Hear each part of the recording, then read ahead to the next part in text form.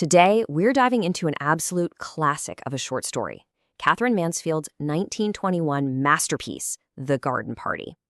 Now, this is one of those stories that starts in a world that seems completely perfect, just beautiful, but it ends with a question that will stick with you for a long, long time.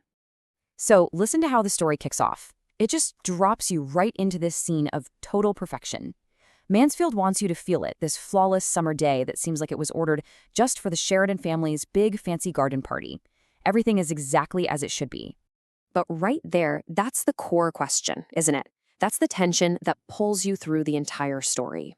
What happens when the messy, harsh reality of life and death crashes into this perfect little bubble of wealth and beauty?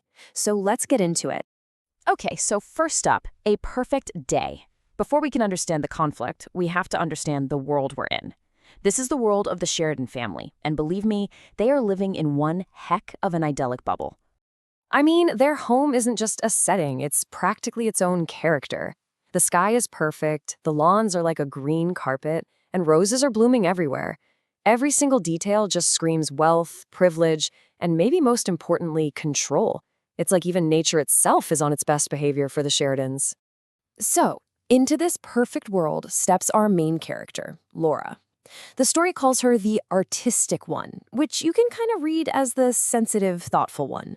Her mom gives her a pretty simple job: go tell the workmen where to put up the big tent. And this one tiny little task, it's the pin that's about to pop the bubble. It's her very first step outside her sheltered social circle. And that one little interaction is all it takes. It immediately puts a tiny crack in Laura's picture-perfect reality. This is her first real moment of questioning the world she's always known. You can just hear her thinking this, can't you? She's genuinely surprised by how authentic and kind these workmen are. They're real. They feel more human to her than the silly boys she knows from her own world. And just like that, the gears in her head start turning. She's starting to see things differently. And then she does something huge. She puts a name to this feeling. For the first time, she sees that invisible wall that separates her world from theirs, and she calls it out in her own mind. These absurd class distinctions. For a girl like her at that time, that's a pretty revolutionary thought. So, right as Laura is wrestling with this new idea, this new awareness of the world, reality decides to show up. And it doesn't knock politely. It kicks the door down. The news arrives just like that, bluntly. The delivery guy bringing cream puffs mentions it. A man killed. 2 words. They're so stark, so ugly, and so completely out of place among all the party preparations. And the details are just heartbreaking. A young worker, a guy named Scott, died in a sudden, tragic accident. And here's the thing. He lived right there, in the little cottages just down the hill from their perfect mansion, a place they probably try their best to ignore. He had a wife and 5 kids. This isn't some distant story. It's right on their doorstep. Laura's reaction is instant. It's pure gut instinct. To her, the answer is just obvious.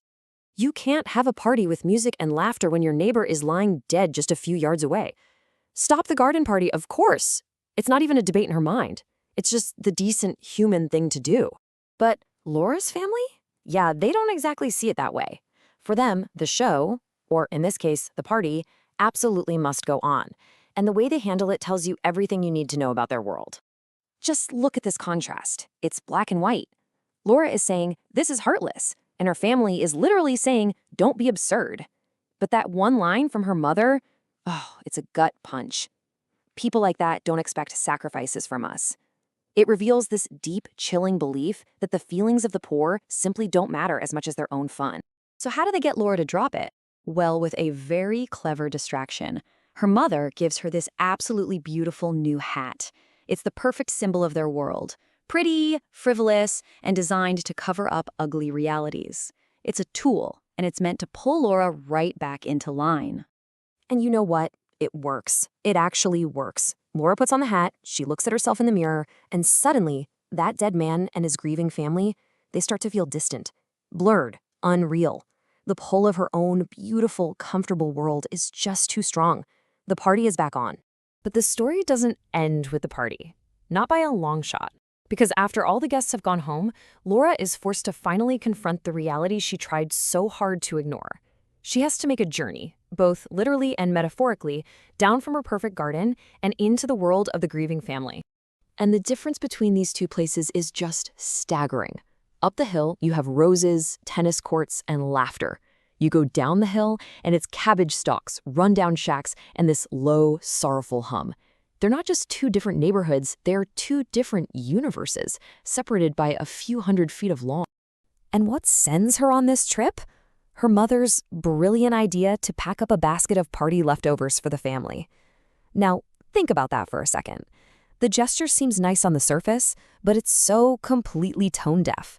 So Laura is sent down there, still in her fancy party dress and that hat, carrying scraps from their celebration into a house of deep mourning. Okay, so this is it. This journey leads us to the powerful, unforgettable climax of the story. This is the moment where Laura, standing in the home of the dead man, has an epiphany that changes everything. She's led into the room where he's laid out. And you're expecting her to be terrified, right? But she's not. She looks at his face and she's filled with a sense of awe. She thinks he looks wonderful, beautiful. She sees this incredible look of peace. And in that moment, death isn't some scary intruder. It's something profound. And that's the big realization, right there. In the presence of this fundamental truth, her entire world just falls away. The party, the class system, even that beautiful hat that she's now deeply ashamed of, it's all just trivial. It's meaningless compared to the massive, universal reality of life and death. When she comes back outside, she runs into her brother Lori, and she is so overwhelmed she can't even speak. She can't put this gigantic feeling into words. She tries to explain what she's just seen, what she's just understood, and all she can get out is the stammer, "Isn't life?" and she just trails off. And that's where Catherine Mansfield leaves us, with that unfinished sentence just hanging in the air. Her brother says, "Isn't it, darling?" He thinks he understands, but he really doesn't. The story turns that question over to us. What is the life that Laura has just glimpsed for the very first time? Is it beautiful? Is it cruel? Or is it somehow impossibly both at the very same time? That is the question at the very heart of The Garden Party.